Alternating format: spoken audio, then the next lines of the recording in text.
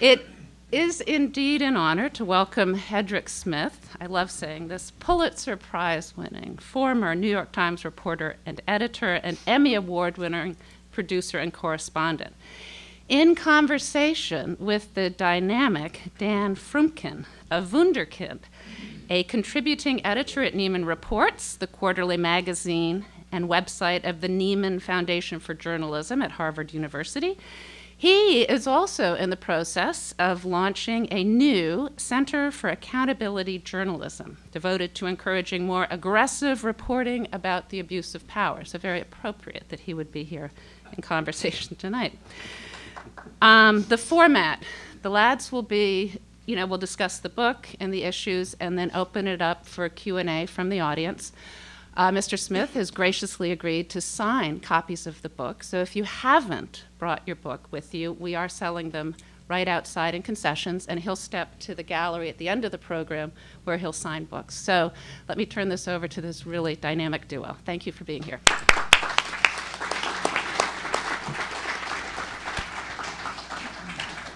Well, thank you, and thank you so much to the Hill Center. What an extraordinary venue. I need to come back.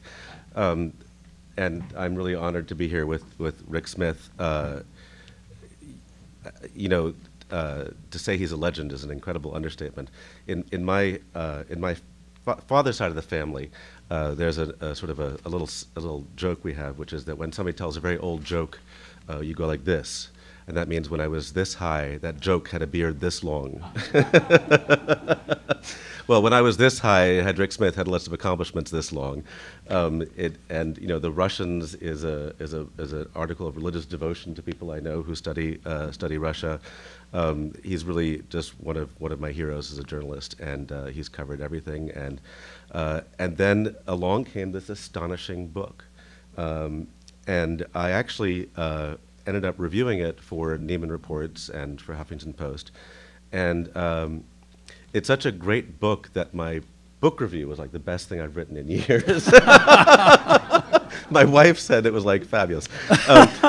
And my book review was titled Defying Gravity, because what I found so transfixing about this book is how it describes a process by which all of the economic trends that we've been experiencing and that we've been somewhat confused by for the last 40 years all really come down to the fact that wealth has been trickling up for 40 years, and that it's been set up this way. And this book explains it in a way that is remarkable for its clarity. It's really kind of amazing that you can have sort of a unifying theory of everything in this day and age. But I think you got pretty close to developing it, and you see it everywhere. So I wanted to ask you how this began, because this is not an area that you necessarily had expressed an interest in previously. Yeah. Well, thank you, Dan. Thank you, first of all, to the center, and thank you all for coming this evening. It's a pleasure to be here with you. And I have to say, I felt the same way when you got done, Diane, saying, I've got to come back here. I got to tell my wife about this. She should be here.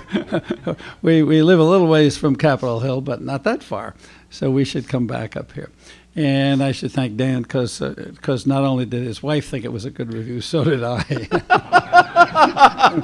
Truth in labeling, you need to know what kind of a setup this is tonight. I had finished my last Frontline documentary, which actually was about the environment, Chesapeake Bay and Puget Sound, and they had been asking me to do something on the housing crisis and the subprime crisis. While I was doing in fact, they wanted me to break off the environmental film and go do that. And I said, I can't do that. I promised some funders that I need to get this film done. So when I got done, I wanted to take a look at the subprime crisis. And when I did, I started to look into, this is 3 years ago. This is more than 3 years ago. This is late 2009. And I got into it, and I kept discovering things that I didn't know. I discovered suddenly, very quickly, that the main victims of subprime loans were not people who were subprime minorities who were poor and had bad credit records from East LA.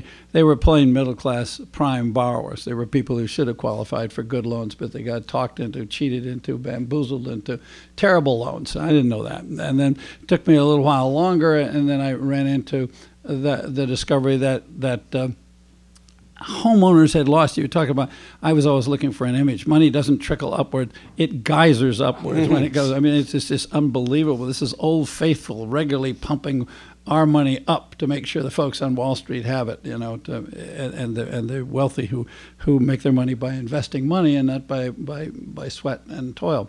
But in any case, I discovered that homeowners had lost $6 trillion before the housing bubble broke, in the biggest transfer of wealth in the history of America. And I hadn't known that. And I said, whoa, this is a big story. And I called David Fanning at Frontline. He said, you know, you got to get beyond subprime. I think the subprime crisis is over. I said, hey, David, this isn't subprime. This is everything. This is the whole works. Well, he said, housing's sort of passe. I said, David, housing is not going to be passe for the next 5 years. This is going to be a big deal. This is much bigger than I thought. He said, well, have you got an idea put together? I said, no, give me another month or so of reporting and so forth. So I would spend another month. And then as I got into it, I began to see patterns that sort of fit the things I'd seen in retirement and the 401k program and how it came in and how companies got rid of the burden of paying for retirement and shifting that from corporate books over to the pocketbooks and the checkbooks of ordinary Americans. I said, there's a certain parallel here. And then having done a documentary, which maybe you didn't notice that because I had gotten into the economics a bit, is Walmart good for America? That I sort of had discovered in that not only was Walmart driving a lot of local businesses out of business, but it was actually driving a lot of manufacturers to move their production to China. It was a big factor, and the power shift that had occurred within the American economy with the rise of the big box retailers, particularly Walmart. And I said, there's a pattern here. I'm seeing things in one field after another, and maybe I don't want to do a documentary. Maybe I want to do a book. And I hadn't written a book for 15, 16 years, so this was a big thing. I'll shut down my television operation and go do that. And what happened to me was, Dan, to answer your question sort of in large, was I realized, as everybody did in 2009, that the country and the middle class was in terrible shape. We were losing 600,000, 700,000 jobs a month. There were about the same number of people who were being forced out of their homes, evicted, foreclosed, what have you. Wall Street was collapsing, and it was then causing a collapse in the economy.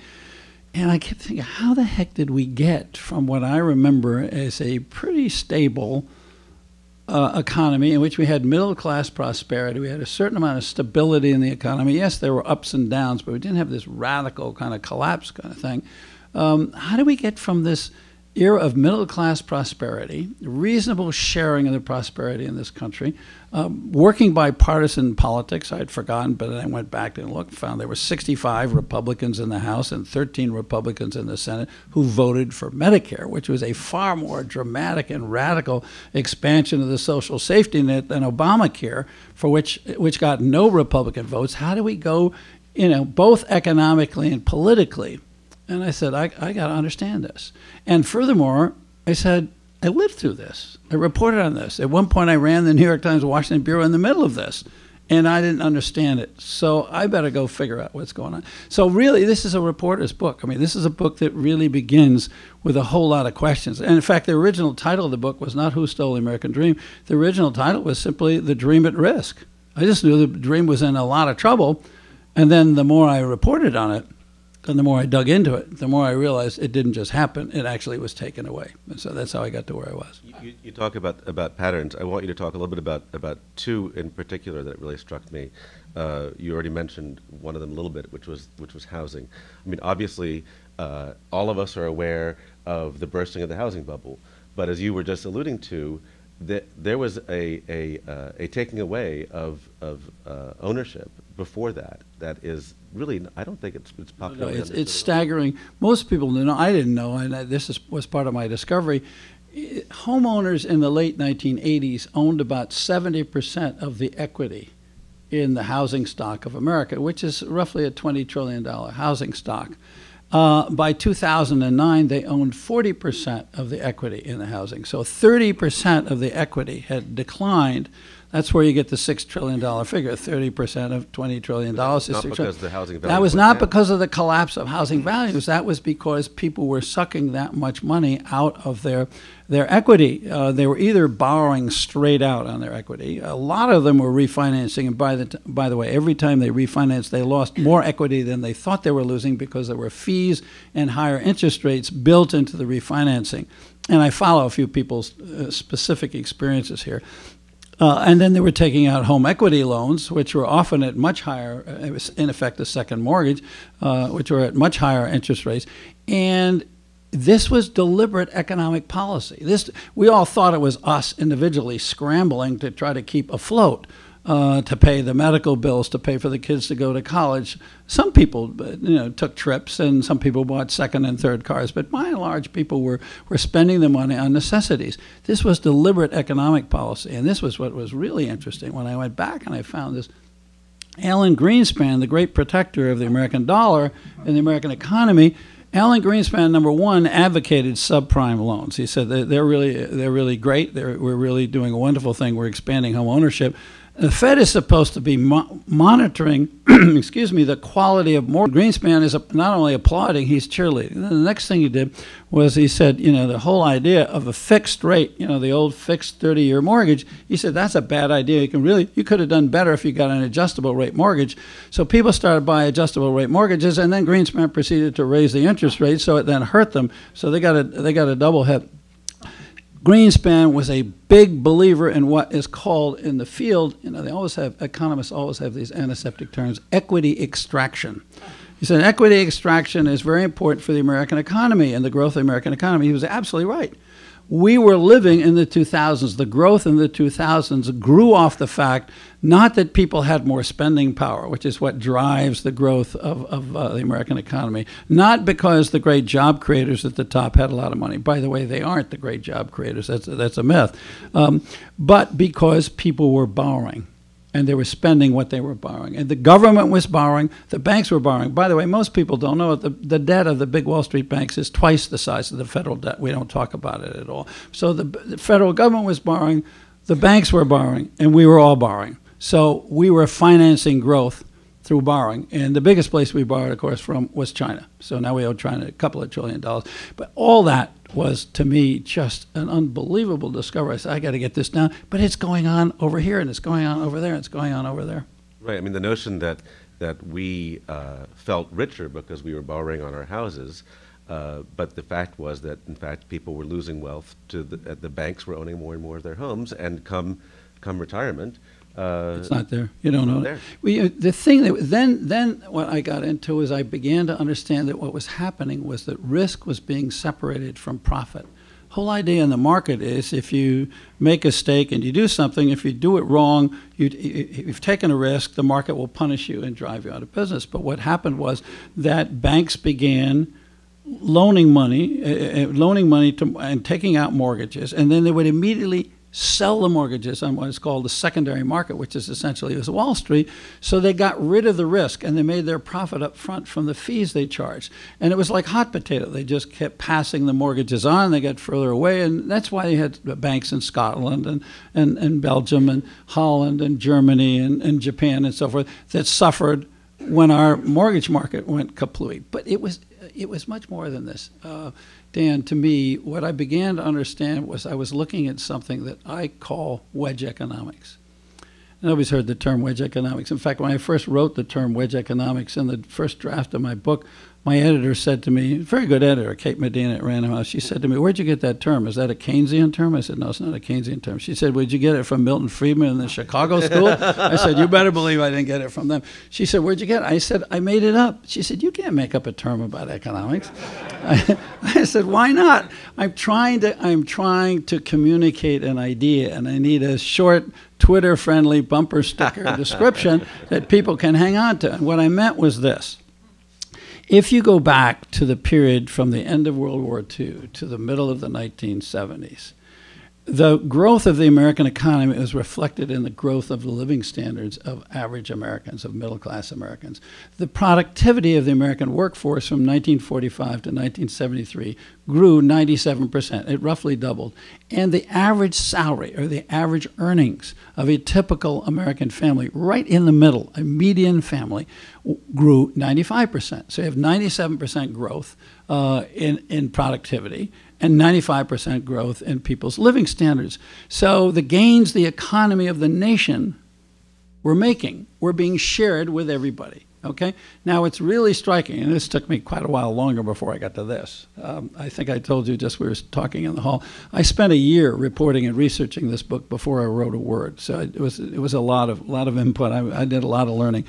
From 1975 to 2011, the productivity of the American workforce grew 80%, but the pay of the average earner grew 10%. So where'd that other 70% go? Well, it went to the top. Had we continued to share the pie, to cut up the pie, the same way we did from the 40s through the 70s, from the 70s to 2010, the lower 80% of income earners would have earned $750 billion a year more every year. Now, we did that for 30 years, so that's multi-trillions of dollars, right? And the people in the top 1% would have made $675 billion a year less, and the folks just a little bit below that would have made $75 billion a year less. So simply by the way we divided the pie in the last 30 years compared to the previous 30 years, we got wedge economics. We got this phenomenon you're talking about, the defying of gravity. Money was running uphill. Now, it was aided enormously by politics, but this was going on in the economic side. The CEOs were just taking more and more money for themselves. The average male worker made the same money, same salary, same hourly wage with benefits in 2011 as in 1978. In fact, it was just a little bit lower, adjusted for inflation. 3 decades of going nowhere, and CEO pay in that time period went up 350%, 400%, and at the top 1%, income went up 600%. That's wedge economics. No longer is the middle class participating in the growth of the economy, the improvement of the productivity of the workforce, and the profits of the corporation. The corporations are taking it for themselves. They're paying it to their CEOs. They're paying it to their stockholders. And everybody who's got a 401k gets some benefit out of it, but most of that benefit is going right to big investors in Wall Street. We know some of their names. We won't go through it tonight. You mentioned 401ks, though, and this was another example where the pattern came out in a way I hadn't really expected it. I mean, we all know, or at least a lot of progressives know that 401k is bad, and that companies adopt them to get rid of the pension obligations. But that said, we like 401ks. They're great. People invest money and get accrue wealth. But your point is that the fees on these things are basically eating us alive, and we don't even realize it. Well, 401ks got sold as power to the people. I hope I can find Jack Bogle's name in here quickly enough, and I'm going to read you some numbers that you simply won't believe. I couldn't believe it when he told me. In the first place, there was this dramatic shift of the burden from lifetime pensions. Now, what people will tell you, not everybody got lifetime pensions back in the day. There's nostalgia for the old days, and people have exaggerated. Well, in 1980, 84% of the people who worked for companies with 100 or more employees got lifetime pensions, okay? 5 out of 6 people who work for a decent-sized company got lifetime pensions. And that meant you got a monthly check until you died. It was their responsibility. Enormously important. Today, that number is down to 30% and is falling. And it's probably still only 30% because there's still a number of people who are old enough to have benefited from it a long time ago. But on top of that, and it's hundreds of billions of dollars of money are shifted from the expenditures of companies to the expenditures of individuals. When you move to a 401k system, for companies as a whole, on average, the old lifetime pension system used to cost about 7, 8, 9%, about 8% of payroll. And the 401k costs about 3% of payroll. So you figure out the size of the company, they're saving 5% of their payroll. If their payroll's $1 billion, then they're saving $50 million. If their company, if it's 10 times that, then they're saving 10 times as much as that, and they're doing it every year.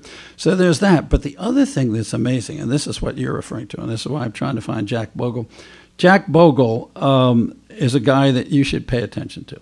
Jack Bogle founded the Vanguard family of mutual funds. Jack Bogle is a big advocate of index funds. That is, you buy a fund that invests in the market or a market average as a whole. And the reason for that is you don't do any trading. So there are no trading costs. Part of what happens in a normal 401k is if you're buying into a fund that invests, say, in healthcare stocks or in electronic stocks or in the Dow Jones Industrial, some of the Dow Jones Industrial stocks, blue chip stocks, they're buying and selling during the year.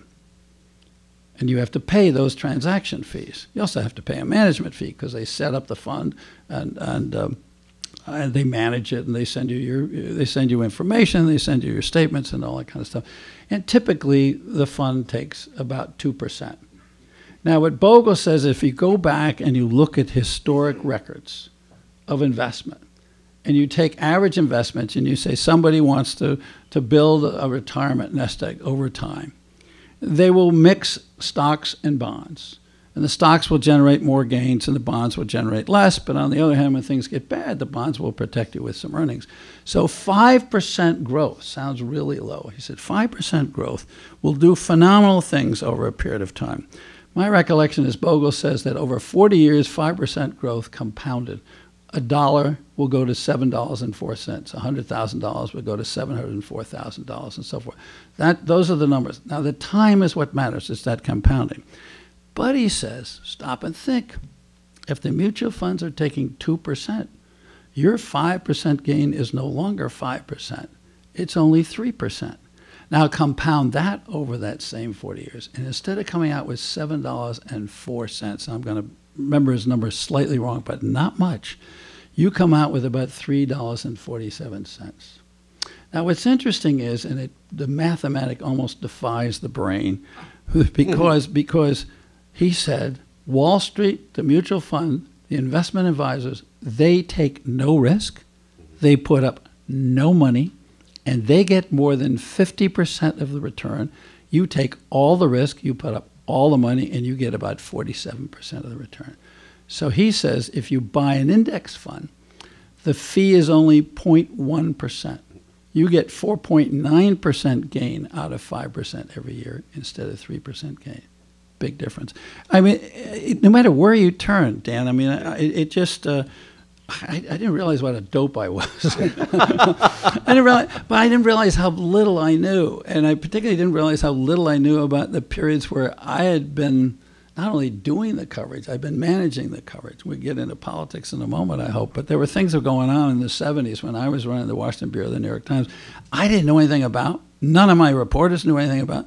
And when I made a talk out at Mark Shields' home about 3 or 4 months ago, and guys like Bob Schieffer and Jim Lehrer and people's names you know in the Washington Press Corps were there. And I mentioned the name Lewis Powell as being significant in our economic fate over the last 30 or 40 years. There was only one other reporter in the room out of 40 or 50 reporters besides myself who knew why I said Lewis Powell was important. So there's a lot going on that we're not getting. And your center, I'm so happy to hear about your center. You're going to help keep ripping the cover off the ball and letting people see what's going on inside. Well, tell me, what is your theory as to why is it that the press misses these things so badly? Well, in the first place, we're writing history on the fly. And we're very impatient. And we have an audience that's very impatient. We have an audience that has very superficial attention, and we have very superficial attention. Everybody wants to know what's the latest.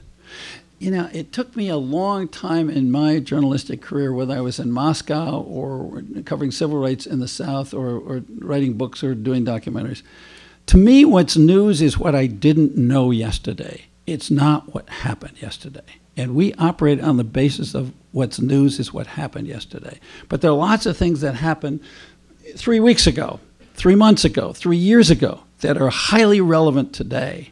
And if you find them out today, that's news. Now, I don't think enough of us in the media operate on that principle. So I think part of it is, and we know it, even while we're doing it, we know we're writing history on the fly, and we don't have time to go back and figure out what the trends are. And so we just move on to the next deadline. We not only the next deadline, we move on to the next story. We're terribly impatient. We chew up stories like Pac-Man. We eat them like popcorn and throw them away, Well, what's Chuck Hagel? Are we going to do Chuck Hagel? Is it going to be up? Is it going to be down? Oh, we're done with Chuck Hagel. Let's go get somebody else. You watch what happens. When the vote's done, and then what's Chuck Hagel going to be like as a defense secretary is probably going to be much more important than the argument about what's he going to be like and the attention we'll spend. And we'll devote oceans of print and oceans of airtime for a short while about the battle over Chuck Hagel. But then when Chuck Hagel actually gets in the Pentagon and starts to do something which could actually shape America's strategy and policy over the next decade or so, we're going to spend a lot less time. There'll be a few stories. There'll be some in foreign affairs. There'll be some in foreign policy. New York Times, Washington Post, a few places will do it, and there'll be a periodic, thoughtful piece, but they'll disappear in that rush to eat the popcorn. And then the other thing we do is so that's popcorn journalism. Now my other name, I'm always looking for these slogans that you can get, right? Popcorn journalism. Then the other one is ping pong journalism. And ping pong journalism is when the reporter says to the person on the new right, what do you think we should do about the taxes? And the new right says we never should raise taxes ever. And I've given my oath. I'm never going to do it. I've promised. I've signed a pledge, and that's it. And taxes are bad. And if you raise taxes, it'll kill growth. Never mind what the historical record shows. It doesn't show that raising taxes kill growth. We'll get into that if you want in a moment. And then the reporter says, fine, or the host on the TV show says, fine, thank you very much. And then turns to the liberal Democrat and says, what do you think? I think we should raise taxes because the rich are not paying their share and we need to finance the programs. And the reporter says, okay, fine, we're done. Okay, that's it. That's ping pong journalism. You go back and forth. You keep reporting that same set of things back and forth. We did it with the death panels. Remember there was the charge about the death panels? Well, there are death panels in Obama's health care plan. That's what one side said. The other side said, no, they're not death panels. Well, where's the referee? Where's the umpire? Are they or aren't they in the bill? No, they're not in the bill. That's our job. Our job is to call balls and strikes. Our job is called foul and fair. Factcheck.com. So I think part of our problem is we're not doing that. But more importantly, we're getting starved. And we don't have the resources to do what we did before. We have a whole generation, not terribly well represented in this room, I'm sorry to say, who believes that news is for free, that it grows on trees because Google gives it to you. Google subscribes to the New York Times, the Washington Post, all kinds of news services. It summarizes what they do, and it offers it for free. So people in the younger generation think it doesn't cost anything. So if there's a subscription fee, either for an online news service or for a newspaper, and they're offended, and they don't want to pay for it. Well, you can't. I spent 2.5 years doing this. When you write your stuff, Dan, I know you spend a lot more time than a lot of other people do. If you want in-depth reporting, if you want people to take the bark off the tree and rip the cover off the ball and show you what's really going on inside, we as a society are going to have to pay for it. It isn't for free, and we have to demand it. We have to have a longer-term interest in the significance of news and what matters for the long term. We have to demand it, and we have to throw away stuff that's cheap and refuse to buy it, and don't watch television shows that don't really tell you the truth or don't even try.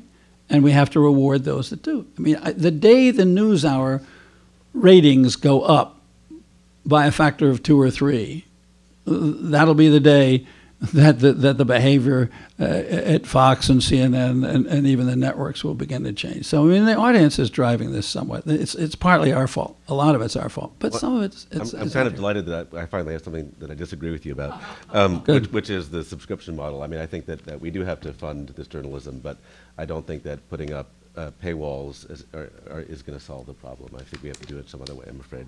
But anyway. I'm not opposed to doing it some other way, too. Yeah. News has to be paid for. I agree. It's not for free. But let me ask you, sometimes the press, this is even worse than popcorn and ping pong. Worse than popcorn and ping pong? The elite Washington political press believes right now, for instance, that you're not serious if you aren't worried about the deficit. And that this sort of the Pete Peterson idea that if you're not talking about hurting poor people, you're not a serious person. And of course, there's two ways to solve the deficit problem. One is to raise taxes, the other is to cut spending. But if you just talk about raising taxes, you're not considered serious in the Washington press corps. Why is this? Well, one thing you want to remember is whenever anybody tells you this thing again, I'm going to get to your answer, people don't realize it when they're talking about cutting taxes. Cutting taxes actually is Keynesian. It's Keynesian economics. It has the same effect as increasing spending. It increases the deficit. Either way, and deficit spending is Keynesian. So a lot of people who regard themselves as solid defenders of the dollar and anti-Keynesians are actually Keynesians without realizing they are. Why has it happened? Because I think basically the Wall Street mentality, the mindset of Wall Street, and particularly of business, but particularly Wall Street, has literally captured this city. It has particularly captured the government. In my opinion, it goes back to the late 70s. I mentioned wedge economics starting in the late 70s. When I went back and started to follow politics and the way politics changed, as well as the way economics changed, to me, the story begins back in the 1970s. And it is actually an exercise of power. It is now an exercise of persuasion, of habit, of people going along with the crowd. It's lemming behavior and so forth. But the antecedents of it, where it begins, are back in the 70s. What I got reminded of while I was doing this work was that middle-class prosperity goes hand in hand with the exercise of middle-class political power. We don't tend to think of that. We tend to think of the economy operating sort of independently of politics. Yes, there's tax laws, there are regulations, but fundamentally the economy has its own dynamics, and the way we think, the norms, the normative behavior in the economy is set sort of in the economy. To a certain extent, that's true, but there's a real interaction. Back in the 1940s, 50s, 60s, 70s, when the middle class was prospering, the middle class was extremely active politically. There was, most strikingly, we've just celebrated it with Martin Luther King's birthday. There was a civil rights movement, which actually expanded the circle, widened the circle of American democracy to reach other people. But shortly after that, there was a peace movement that had a big impact on the Vietnam War and actually changed the pattern of defense spending, which is rather significant in terms of what you can do in the economy. There was an environmental movement. 20 million people marched. Took part in talkathons, went to college campuses, went to shopping malls on Earth Day 1970. 20 million people. That's nearly 10% of the entire American population. People like you and me got up out of their chairs and said, the fouling of our air, the fouling of our waterways is intolerable. You can't put your arm into the Potomac River without coming out covered with slime. The Cuyahoga River outside of Cleveland is literally bursting into flames because so many chemicals have been dumped into it. The smog over LA is so bad that people are dying of excessive asthma attacks and so forth. And within a year, Congress passed 7 major pieces of environmental legislation: Clean Air Act, Clean Water Act, Safe Drinking Water Act, Anti-Toxic Substances Act, on and on and on. So Washington responded to people power being exercised in the streets. Not only Washington, but that great tree-hugging environmentalist Richard Nixon signed all those bills. Remember that? And I remember talking to Bill Ruckelshaus, who's a friend of mine who was the first head of the EPA appointed by Nixon. I said, did Nixon care about the environment? Was he interested? He said, I went to see Nixon several times. He said he never asked me a question about the environment. He never said, is it really bad, Bill? What would you do about it? What's the worst part of it? He just understood, this is Ruckelshaus talking about Nixon, he just understood that he had to respond, that people were demanding it. And as Ruckelshaus said to me, that's the way democracy is supposed to work. But interesting, exercise, okay. Consumer movement led by Ralph Nader. Tremendous impact on. You walk in any grocery store or drugstore or whatever today and look on the back of a package and it tells you what the contents are. Prior to the consumer movement of the 1970s, virtually nothing was there. Maybe it said sugar, molasses, and water or something like that. But essentially, there was nothing there. So that had a terrific impact, and it had an impact on the Food and Drug Administration. It had an impact on the auto industry. And the women's movement, which began to tackle the problem of unequal pay. My recollection was the numbers were I think women were getting 41 cents on the dollar for when they were doing the same work as men.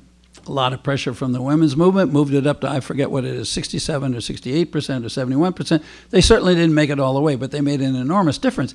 And it had an impact on business decisions, and it had an impact on how the money was being shared, how the money was being spent.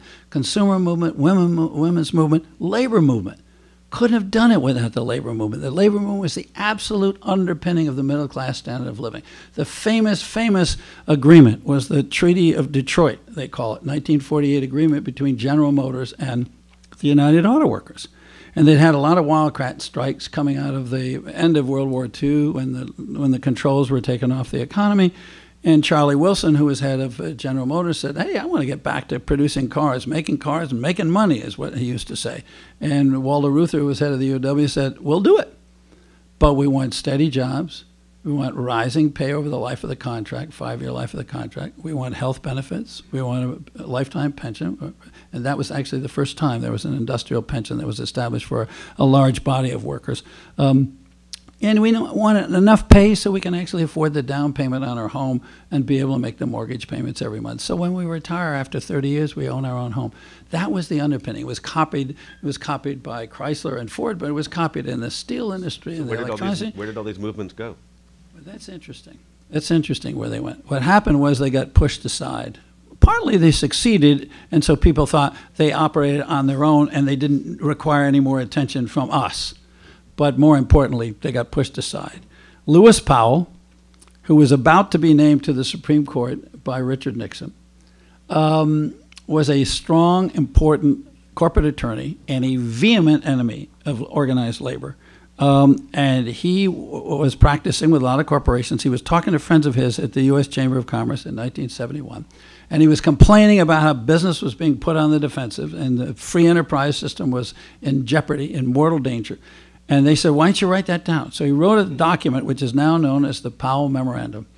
And it lays out, it's a manifesto to corporate America to seize political power, to come to Washington, to lobby the government, to take the high ground, to fight aggressively against all these movements that I was just talking about and push them aside. And that is exactly what happened. It started in the early 70s, and by 1980, there had been 175 companies that had lobbying offices in Washington in 1971 when Powell wrote. By 1980, there were 2,425. There were 50,000 people working for business trade associations. There were 9,000 registered corporate lobbyists. There were 8,000 corporate PR people. There are 130 corporate lobbyists for every single member of Congress. By the time Ronald Reagan got into office, okay, this is before Reagan. This is setting up for Reagan. It was unbelievable. And it really showed its muscle. Powell's army showed its muscle under Jimmy Carter and the Democrats in 1978. And we began to have serious deregulation. We began to have tax cuts. We began to have, actually in 1978 was when the 401k plan was put into the tax law. We had a change in the corporate bankruptcy law, which wound up by hitting labor unions terribly in the 90s and in 2000s when major corporations were going bankrupt. We had an end to the limit on interest rates, which actually set up the subprime crisis that blew up in the 2000s. All those things had their roots in the 1978-1979 Congress, run by the Democrats with President Jimmy Carter in the White House, because Powell's army seized the political high ground. That was the game changer in American politics, and we have been living with it ever since. Let me ask you one last question, then we'll turn it over to the audience. The Republicans actually agreed to a tax hike. Does that change anything as far as you're concerned? Actually, I think it might. I think we are sitting at one of those very, very interesting moments in American history. I want something to happen so badly that I want to be very careful as a reporter that I don't overinterpret what I see. But if you look at what's just happened in the last 3 or 4 years, now understand that our history in America moves on long cycles. We have a period of progressivism leading in at the beginning of the 20th century under Teddy Roosevelt and Woodrow Wilson, and then it's followed by the Roaring '20s, which is very conservative, which is followed by the New Deal, and for a very long time, period of liberal, progressive, safety net, government regulation, spread the wealth agenda, and then starting in 1978 and until now, a very long conservative period, okay? cutting taxes, cutting regulation, letting the income go to the top, leaving the middle really stuck in a rut. 3 or 4 things have happened that impress me, and I'm not sure we're at a pivot point in history, but we might be. Number one, you look at the effort in the 2012 election. The Republicans said, just go back a year in your mind. And we were talking about the lemmings in the Washington Press Corps. Practically everybody in the Washington Press Corps, everybody you could talk to, every talk show you could listen to, told you the Republicans were going to win the Senate, right? That was slam dunk, no question. Didn't do it. Interesting. Secondly, Obama was just a wounded president, couldn't possibly get re-election. The Tea Party had absolutely stymied him. He really had a miserable record. He hadn't done anything at all. It was really disappointing. I'm talking about the way the talk was a year ago, right? He manages to win re-election. And if you take a look at the vote for the House of Representatives in 2012, more people voted for Democratic candidates than voted for Republicans, 57 million to 56 million. It was only egregious gerrymandering that has delivered a 33-vote margin to the Republicans in the House. Now, if you'd had perfect, fair redistricting, they still might have had an advantage, but 2, 3, 4, 5 votes, totally different political dynamics. The point was the Republicans did terribly in this last election. And it's not just Republicans. I don't care about the parties. It's an extremism which means government can't work. It was that kind of extremism that was being rejected. Now, the second thing is this party that has been so extreme or had such an extreme wing in it, and thank God there are moderate Republicans like Chuck Hagel, not just because he's serving in the Obama administration, but we need people in the middle to help make deals, to help make compromises, to help make our government work. The Republican Party is now recognizing at the moment it's on the wrong side of history. This is one of the reasons why yesterday you had 8 senators, including 4 Republicans, including John McCain, saying we need immigration reform, and we need to do it in a bipartisan fashion. That is not exactly what we were hearing before in November 2012. You know, it's a slightly different story. And then you have Bobby Jindal saying we're the stupid party, and then you have Haley Barbour, the former national chairman of the Republican Party, now governor of Mississippi, saying something like the demographics are real. And it's a real wake-up call to Republicans. What they mean is the Republicans did badly among minorities and with women, and they did really well among older white men, which is a shrinking portion of the electorate. So if you're looking at it long-term, so you got demographics and you got election results. And the third thing you got is what you mentioned. Now, when you look at history and you go back and look at 1978 and you see the changes that I saw, which I now recognize marked the beginning of a new era, not 1981 when Reagan came in, but 1978, the changes were small, but they were changes in direction. Jimmy Carter wanted to raise taxes on the rich. The taxes on the rich were lowered. Jimmy Carter wanted to raise taxes on corporate America. The taxes were lowered. Jimmy Carter wanted to close loopholes. The loopholes weren't closed. Jimmy Carter wanted more regulation. There was less regulation. Okay, that's a change in direction. So what's happened here? This is the first time that we've had the tax system increase highest marginal rates on the rich alone. That is a reversal of direction. Okay. The Obama health care plan, for whatever shortcomings it has, and if you're on the left or the right, doesn't matter, you think it's got shortcomings. It is the first significant expansion of the social safety net in American politics since 1965, the passage of the Medicare bill.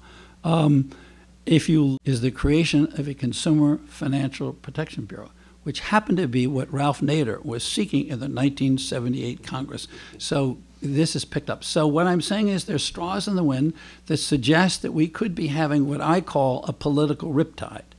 Now, if you know boaters or sailors, I'm a sailor. A riptide is the time in the water, movement of water, when the tide is changing, and you see it in coastal areas around islands. And what happens is the old movement of the water on the surface is moving in one direction, and it's usually the warmer water which is on the surface. And there's a much larger body of water moving in exactly the opposite direction underneath, and it's the colder water. And what it causes is the water just be in turmoil, and then you see a terrific collection of fish and birds, and because it's a feeding frenzy, because there's all kinds of stuff being stirred up underneath. I think that's where we are in American politics now. The outcome is not clear which way the tide is going to go, but I think the tide actually could go, and it could be one of these the beginning of one of these really big long-term switches. But I don't think it's going to go unless we push it. I don't think it's going to happen in Washington. I'm talking about that Washington, a few blocks from here. I'm talking about here. It's not going to happen unless the people push it. We're going to have to go back to the people power of the mid-1960s and the 1970s. The people in power now don't want to change. They like the system the way it is. They complain about it. They have to spend too much time raising money and so forth, but they live very well. Lobbying is one of the great growth businesses in America today. It's been growing right through the recession. We're going to have to go back and do what people did back in the 1960s and 70s and say it's intolerable that we have segregation and Jim Crow. It's intolerable that we have our skies and our waters foul the way they are. It's intolerable that we have a tax system that lets people who move production overseas pay a lower tax rate than those who keep jobs in America. It's intolerable that the banks were bailed out, but that the homeowners weren't bailed out along with them. I mean, it's intolerable that we have a political system that is so gerrymandered that the elections are so stacked that the actual vote of the people is not reflected in the outcome. That's not tolerable. We've got to stop that. And it's only, we're going to have to do it ourselves. That's the end of my book. As a matter of fact, the last 6 words in my book are, we the people must take action. It was written, I don't know, about a year ago.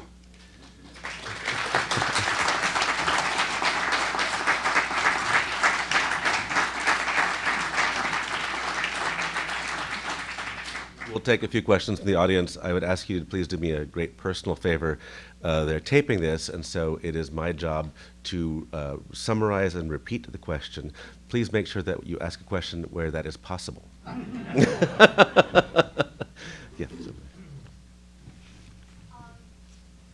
I have an 89-year-old father who I'm going to talk to in about a half an hour who benefited from Reagan's tax cuts. So I have to ask this question. One of them is that how is it, you had indicated earlier that the rich or those who were getting the trickling up were not creating jobs. Can you talk a little bit more about that? Sure. That's a good question. How is it that the rich are not creating jobs with all this incredible amounts of money they have? Yeah. Well, if you look at the situation, well, in the first place, economists will tell you in Economics 101, 102, that 70% of what drives the economy is consumer purchasing power, and only 30% is investment and savings, okay? So it's just basic economics. In the current situation, we have corporations that have been, for the last 2 or 3 years, sitting on about $2 trillion of accumulated wealth. Okay, they can't figure out how to spend it or when to spend it. Venture capitalists have raised, there was a New York Times story about 2 months ago that said venture capitalists have raised $1 trillion from folks like, I don't want to say your father, but folks who have money to spare, and they couldn't figure out where to invest it. And why couldn't they? Because there's not sufficient consumer demand. And why can't they? Why isn't there sufficient consumer demand? Because of the disproportionate wealth at the top and the poor pay. Low pay for millions of average workers means low consumer demand, means slow recovery from every economic downturn that we have. It reverses what is called the virtuous cycle of growth, the virtuous circle of growth, excuse me.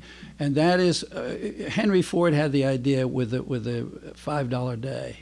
And somebody figured out what the $5 a day would be now, and it's something like a $2,000 a day.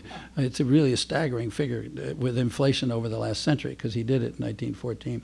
His idea was that if you paid workers better, his own workers better at Ford, they would buy the Model Ts that he was producing. And that idea basically was accepted. And what's really interesting is to see the change in the attitudes. I haven't gotten into this in the talk, but I do it in the book. The change in the attitudes of business leaders from the 40s, 50s, 60s, and 70s to today. They believed in this virtuous circle of growth. They understood that what was driving the economy, the real job creators, were in fact the consumers themselves.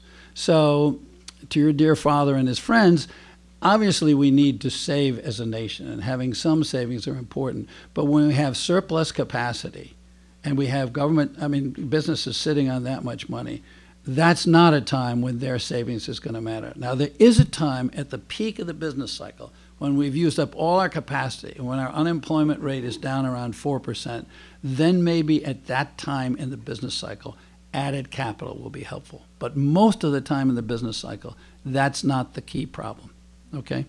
It sounds counterintuitive, and that's why it's so important to talk about it. And if you look at the tax rate, for example, if you look at the tax rate under Dwight Eisenhower, it was 92%, the top marginal tax rate. Under Jack Kennedy, good. I'm glad you responded the way you did, because that you need to tell your father. Now I don't mean this as a lecture. I mean we need to know these facts. The top tax rate under Kennedy was 77%. It was fairly normal in the Eisenhower and Kennedy years to have 3 or 4% growth rate every year, on average. We had booms and busts, but if you averaged it out, ran 3 or 4%. Those were the great years of the American economy. Today, the maximum marginal tax rate, except for the increase we've just had, for the last 10 years, it has been 35%. And we've had the worst growth rate of the last 7 decades. And I'll tell you one more thing. The Congressional Research Service actually produced a study in September 2012 which said there is no correlation between the maximum marginal tax rate and the growth rate of the national economy. And it was suppressed by Senate Republicans who did not want it released during the campaign because it ran absolutely counter to the entire Republican campaign argument, okay? So it's not just me saying that. The numbers are there. There are good economists saying it. You never want to discourage anybody in America from saving because we don't save very well as a people. So God bless your father for doing that. Thank him. Sir, talk about the 50s and 60s and all great economic growth. Right. That was post-World War II. Right. And when Walter Reuther cut his deal in 1948, I think we were the only economy that could make cars. Right. So you can cut whatever deal you get. Yep. So the system boundaries changed. For a while, the system was our economy. The boundaries changed in the 70s and 80s to a global, started becoming global. So your analysis seems to focus on the U.S. economy. Do you account for globalization? And we're competing with a lot of other people we never competed with before. Sure. Good question. Questions about competing on a global scale at this point and whether that changes the dynamics. Yeah, to go back to the 40s and 50s and 60s and the immediate post-war period, you're certainly right. America was a colossus, and there was no competition. But if you look at trade flows, as I went back and did doing this, it pretty well ran out by 1960. The American share of global trade at the end of World War II was 20%. By 1960, it was 10%. It had been cut in half. So the globalization you're talking about really began at a much earlier period. I mean, so you then have to start looking at the growth in the 60s and 70s and start comparing them to now. But far more important to me than that, particularly in regard to your most pregnant and important question, I think, which is we're competing with different nations now. We're up against China and its low-wage workers, and it's very good workforce, actually. They're not just low-wage, they're quite able workforce, or India or Korea and so forth. What I would say is this. If, in fact, it's globalization, in fact, this is what I thought until I did the research on this book. If it's really globalization, if it's market forces, if it's something impersonal, if it's advancing technology, then we should see America replicated in one after another of the advanced economies around the world. Now, we are seeing some increase in inequality in some of the other advanced economies, but nothing like America. The OECD, the Organization of Economic Cooperation and Development, put out a study last year of the 34 advanced economies in the world. And the United States had the greatest inequality of income of any of them except Chile and Mexico. So if you were worried about the United States becoming a banana republic, don't worry anymore, we're there, okay? But more importantly, not to be cute about it, more importantly, if you take an economy like Germany, which is the 4th largest trading country in the world, the United States, China, Japan, and Germany, roughly a quarter the size of our economy. The German businesses have done what we've been told American businesses couldn't do because of globalization and global competition. They've raised the pay of middle-class workers in Germany 5 times faster than the pay has been raised in the United States since 1980. 1980 to now, we're talking at least the last 25 years, close to 30 years, okay? You would think then that would mean that Daimler-Benz and BMW and Siemens and Airbus and so forth would go out of business because they couldn't possibly afford that because there's cheap labor elsewhere. Well, in fact, while the United States was racking up $6 trillion in trade deficits from 2000 to 2010, Germany was generating $2 trillion in trade surpluses. So they were competing very well with higher wages than we were against the same competition. In addition to that, we've been told that manufacturing is dead, that we used to be a farm economy, then we became a manufacturing economy. Now we're a service economy, and if we want to compete, we got to compete in the service world. Well, that's certainly true to a degree, but while our manufacturing employment has gone down to 9% of the workforce, the German workforce is 21% in manufacturing. Now that's terribly important because those are the most solid, best paying, technically most demanding jobs for middle-class people. And they're not only important for middle-class workers, but they're important for the engineers and the designers and the marketers and the executives and the auto dealers and the real estate agents and the advertising agencies and so forth. So they decided to go a different way, and they've worked it a different way. As a matter of fact, I have a section in my book which talks about taking a different fork in the road. So as I look at it, yes, there's no question that globalization and advancing technology has disrupted all kinds of industries, has forced all kinds of change, has shut down plants. The question is how we respond to that. And while we've responded, essentially, as our multinationals have said, we're going overseas, and we're going to let people go at home. And by the way, the multinationals are not just in manufacturing. The banks are doing it too. IBM is doing it. Microsoft is 40% of Microsoft's workforce in America is people on green cards or H-1B visas. Those are good high-tech jobs that should be held by Americans, and there are Americans who are unemployed who don't have them. That is hurting middle-class earnings. That's hurting the American economy. That's hurting the tax base. Those are decisions being made in this country about how to respond to the circumstances you're talking about. So, I mean, there's a mix, but what we have tended to do is excuse everything to those forces and not face up to what we've been doing to ourselves. This will have to be the last question. Oh, geez. Yeah. I appreciate the optimism that you ended with, but listening and knowing about the accumulation of corporate wealth and the accumulation of wealth amongst the corporate CEOs, along with the lobbyist boards you described, I'm very concerned that the money at the top is being spent politically and campaign lobbyists to a degree that it's going to prevent the kind of riptide or change in the political environment that we're seeing. I was wondering. The question is about whether it's not possible to have a popular movement given all the money. And in fact, that was the end of my review, where I said basically my feeling is that it's all congealed at the top now, and you can't turn things around. But Well, everything you said is true, and I'm really glad you asked the question. I get asked the same question in one form or another everywhere I go. And my answer is, and I really haven't taken as much time in this talk as I do in other talks, to talk about the era of middle-class power. I don't believe the system's going to change. I think it is stacked. I think it is congealed. It's only going to happen if we decide we're going to do something about it. We got to decide to go down to a rally on, we went down to the rally, my wife and I went down to the rally on gun control, last Saturday morning. It was rainy. It wasn't very pleasant. There were 1,000 people there. The NRA is going to win that battle if only 1,000 people show up. I think that, yes, everything that you say is true, but we've got to come back and understand that we're the only ones who can change it. I have a friend named Ernie Cortez who's a community organizer, as Obama was. He's a Latino from Texas, and he organizes in the Southwest. A wonderful guy. He said something to me that stuck in my mind for a long time and is relevant tonight.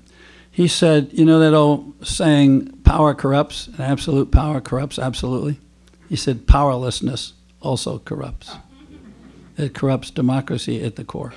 If we feel powerless, we are in fact powerless. What is striking to me is I went back and I happened to cover the civil rights movement. I was involved in that, so I was very close to Martin Luther King and Abernathy and Andy Young and a lot of other people. And I saw that unfold. I was there when the sit-ins began in Nashville in 1960 and so I saw it happen. And if you think the odds are tough now, you got to go back and think what it was like for blacks who were brought up, under Jim Crow. And they lived in rural Alabama. John Lewis, everybody know who John Lewis is? Okay. John Lewis, I met him when he was a junior at Baptist Theological Seminary in Nashville. He'd come out of Troy, Alabama. In Troy, Alabama, his mother had told him, don't ever raise your head. Keep your head down. Don't ever attract the attention of the law. Never disobey a police officer. Never even look at a police officer. Never even have a police officer look at you.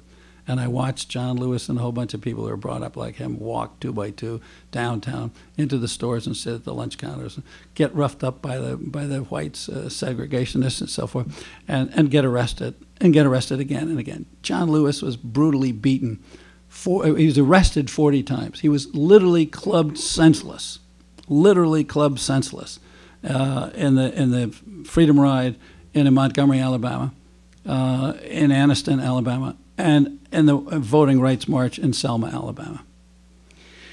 I'm not saying people have to do that today, but it does take some kind of civil courage and civil engagement that we haven't had for a long time in this country. And what's very interesting to me is I said to you what the last 6 words of my book were. When I listened to the gentleman who spoke on January 21st, and he said, we the people, we the people, we the people, we the people. He said it 9 times. Must act now. And he is now committing his campaign organization. He sent David Plouffe and the other guys back to Chicago. And he said, we're going to try to convert that into a movement. He said, you can't change Washington from the inside. You got to change it from the outside. I think we have to really absorb that. I sound like I'm a cheerleader for Obama, and I don't really mean to be. I'm simply saying this is an awareness that is coming to some people, that in fact we've got to learn from our own history. The political system will actually respond if we use it. And by the way, I think it is responding. I mean, I think the fact that the House Republicans went off to a retreat and decided when they came back that they did not want to have an immediate confrontation over the debt limit doesn't mean it isn't going to come. But what they were saying was, we're not winning this battle. We're losing. We got to back off. That's significant. We haven't had that. We didn't have that in 2011 and 2012. We had 2 years of really terrible politics. I'm not saying it's going to be great. I'm not saying it's automatic. But there's straws in the wind, and it's up to us. As long as the pronoun in our sentence about American politics is the third person and not the second person, as long as it's they and not we, it isn't going to change. Thank you all very much for coming.